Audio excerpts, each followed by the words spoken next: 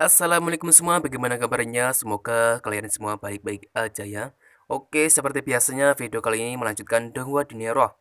Dan sedikit kembali ke pembahasan akhir di part sebelumnya. Terlihat dengan membabi buta dan tanpa ampun, Guru Erlong menghajar Raja Bumi. Hingga akhirnya Raja Bumi itu pun telah berhasil dilumpuhkan. Setelah itu Guru Erlong menyuruh Mangunjun untuk segera menyerap cincin jiwa dari hewan tersebut. Dan mereka semua pun kembali ke tenda untuk beristirahat. Namun tidak dengan Guru Flander. Ia tetap berjaga untuk menjaga Mangunjun yang tengah bermeditasi. Di pagi harinya mereka semua terlihat heran mendapati Mangunjun yang masih dalam proses meditasinya. Dan tak berselang lama, Mangunjun pun selesai dari meditasinya untuk kemudian memperlihatkan peningkatan baru dari kemampuannya. Setelah itu mereka semua pun kembali melanjutkan perjalanan untuk mencari hewan spiritual.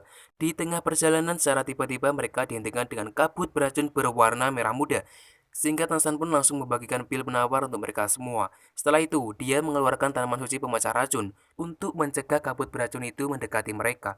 Setelah dia periksa, ternyata kabut itu berasal dari hewan yang mempunyai julukan sebagai gadis merah muda, yang mempunyai bentuk seperti kalajengking, dan hidup secara berkoloni sampai beranggotakan ratusan ekor lebih. Dan tentunya hewan tersebut juga mempunyai pemimpin yang sangat kuat. Dia adalah Ratu Merah Muda, yang mempunyai sifat sangat ganas, dan sering memakan kalajengking dari spesiesnya sendiri. Dan kemungkinan besar penyebab dari kemarahan Ratu Merah Muda itu karena sebelumnya mereka telah membunuh si Raja Bumi yang ternyata rekan atau mungkin pasangan dari si Ratu Merah Muda itu. Jadi sebelum Raja Bumi mati, dia mencoba mengeluarkan bau untuk berkomunikasi dan memanggil Ratu Merah Muda. Dan dapat disimpulkan jika sebenarnya Ratu Merah Muda itu mempunyai dendam kesumat atas kematian pasangannya tersebut. Di sini, Guru Erlong sangat berambisi untuk segera membunuh Ratu Merah Muda itu. Namun Guru Sogeng melarangnya, karena racun dari Ratu Merah Muda sangatlah berbahaya, sehingga harus menggunakan sebuah strategi khusus untuk dapat membunuhnya. Sebagai ahli racun, Tangsan menyarankan mereka semua untuk menghindari racun itu dengan cara terbang menggunakan sosis terbang Oscar. Mereka semua pun terbang di atas ratusan ekor kalajengking untuk mencari keberadaan dari Sang Ratu Merah Muda. Dan tak terduga, kemarahan Gurirlong sudah tak terkendali lagi setelah mengingat kedatangan Raja Bumi sebelumnya yang mengganggu momen romantisnya bersama Guru Sogeng. Dan dengan sangat membabi buta, Guru Erlong menghajar seluruh pasukan kalajengking yang ada di depannya. Dan akibat kematian dari para pasukannya, Ratu Merah Muda pun keluar dengan kekuatan dahsyatnya. Sehingga kini waktunya Tangsan dengan Mangunjun menghadapi kemarahan Ratu Merah Muda itu. Tangsan menggunakan jari rumputnya untuk menjerat dan membatasi gerakan si Ratu Merah Muda, sehingga Mangunjun pun dapat dengan mudah menyerangnya dengan jarak yang sangat dekat dengan menggunakan kemampuan keempatnya, yang berupa ledakan super dahsyat dari api larvanya. Sehingga pada akhirnya mereka berdua pun berhasil melumpuhkan binatang spiritual tersebut. Kemudian Guru Sogeng menyuruh Oscar untuk secepatnya mengakhiri dan menyerap cincin jiwanya. Tanpa perlawanan sedikit pun, Oscar membunuh kemudian menyerap cincin jiwanya. Dan sebenarnya Ratu Merah Muda itu tak terlalu kuat jika dibandingkan dengan jumlah dari umurnya yang sudah mencapai ribuan tahun. Akan tetapi bukanlah kekuatan yang sebenarnya diharapkan Guru Sogeng. Dan sedikit penjelasan, jadi Oscar mempunyai senjata spiritual bertipe makanan, namun ia tak akan menghasilkan racun meskipun dia menyerap cincin spiritual dari binatang beracun itu. Tetapi dia akan mewarisi kemampuan dari Ratu Merah Muda, yaitu mampu meningkatkan semua kemampuan dan kekuatan tim dengan waktu yang sangat-sangat cepat. Jadi Guru Sogeng berharap kemampuan baru dari cincin keempat yang dimiliki Oscar mempunyai kemampuan untuk meningkatkan seluruh kemampuan dan kekuatan anggota timnya, seperti kemampuan yang dimiliki salah satu anggota dari tim gila yang dulu pernah mereka temui. Sementara Mangunjun kini dirinya telah mempunyai kemampuan baru yang berupa ledakan yang melebihi kekuatan dari Daimube, serta meningkatnya efek panas yang lama dari api phoniknya. Namun, setiap kelebihan pasti juga terdapat sebuah kekurangan, tak terkecuali Mangunjun. Meskipun kini raungan poniknya mempunyai dua kelebihan, yaitu kemampuan untuk membuat musuh pusing dan ledakan dahsyat dari api larvanya. Namun, Mangunjun kini juga harus mewarisi kekurangan dari kemampuan si Raja Bumi, yaitu pada jarak serangannya. Jadi, Mangunjun tak mampu mengunci target dan serangannya tak akan efektif jika ia tak dekat dengan musuhnya. Sehingga ia selalu membutuhkan seorang yang mampu mengendalikan gerakan musuh dan membuatnya bisa menyerang dengan jarak yang sangat dekat, seperti yang Tarzan lakukan sebelumnya. Jadi pada intinya mereka semua harus selalu menjaga kerjasama antar anggota tim, sehingga tak akan menyia-nyiakan kemampuan yang ada. Dan dari sini, Guru Sugeng mempunyai rencana akan pergi ke Istana Paus setelah mereka mengikuti turnamen nanti. Entah apa tujuan Guru Sugeng, namun yang pasti, apapun yang terjadi, ia tetap melakukannya demi murid tercinta yaitu Tangsan. Akhirnya, Oscar berhasil menyerap cincin jiwa keempatnya. Kemudian ia memperlihatkan kemampuan keempatnya itu. Dan seperti yang telah diharapkan, Oscar mempunyai keistimewaan untuk meningkatkan semua kemampuan anggota timnya sebanyak 10% dalam waktu 5 menit dengan tidak terlalu menghabiskan energi spiritualnya serta tidak mempunyai efek samping sama sekali. Setelah itu mereka kembali melanjutkan pencarian cincin spiritual selanjutnya dan masih harus mencari 3 cincin spiritual untuk mereka. Mereka semua berharap bisa secepatnya menemukan cincin spiritual terbaik untuk mereka. Meski mereka mendapati banyak sekali hewan spiritual, namun mereka masih kesulitan mendapatkan hewan spiritual yang terbaik. Sehingga Tangsan harus segera menggunakan cara lain yang sedikit berbahaya dan sangat berisiko tinggi.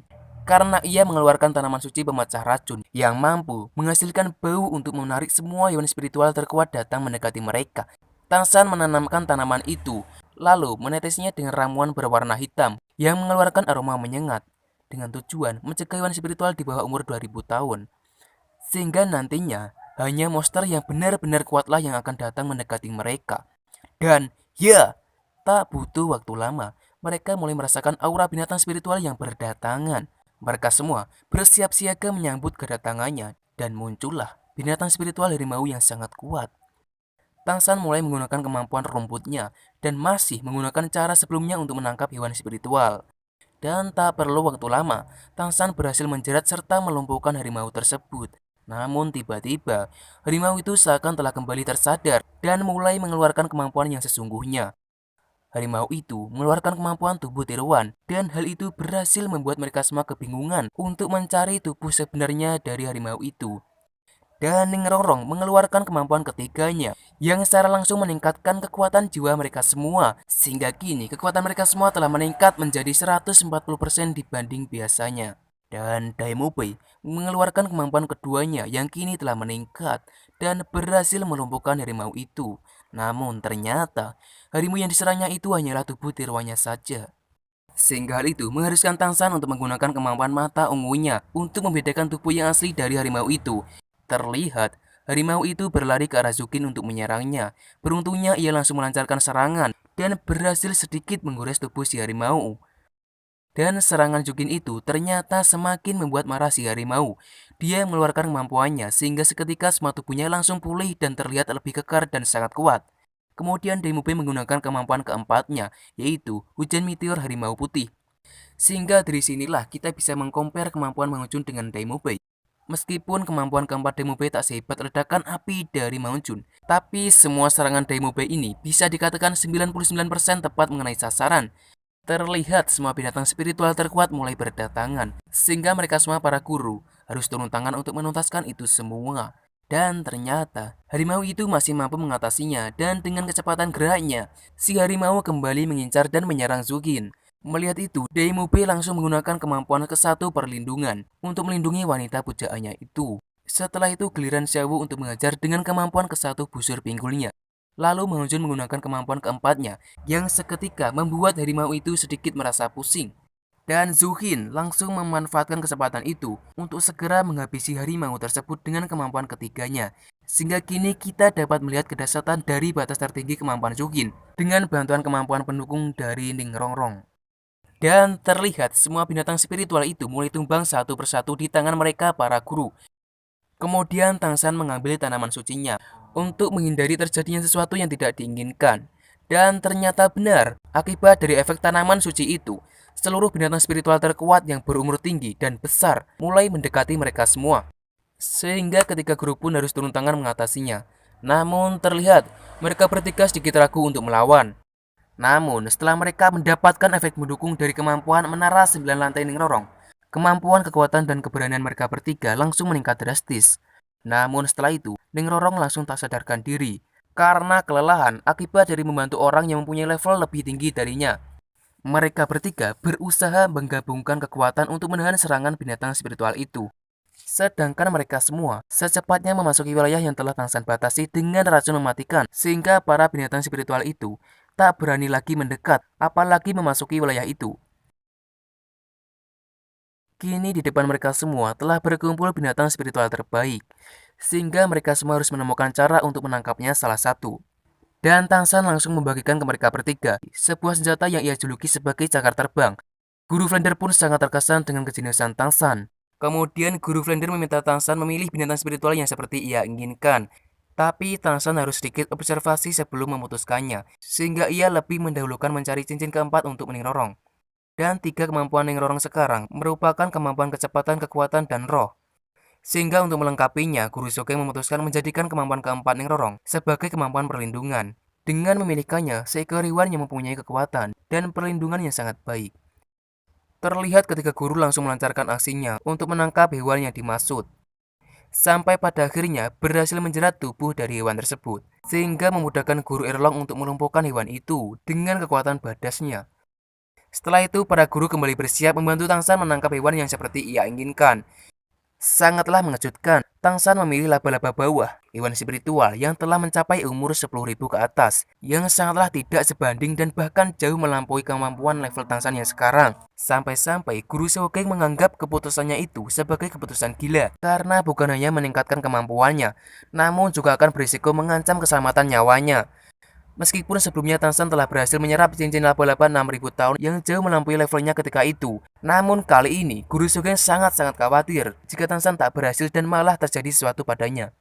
Namun Tangsan sangatlah yakin akan berhasil, karena dirinya telah mengkonsumsi tanaman langka dari Dukubo, yang mampu menjaganya dalam posisi aman ketika menyerap cincin spiritual apapun. Dan Xiao pun juga sangat khawatir dengan keselamatan Tangsan, karena seperti yang dikatakan ibunya, setiap hewan spiritual berumur 10.000 ke atas mempunyai kejutan roh yang dapat menghancurkan roh manusia yang menyerapnya.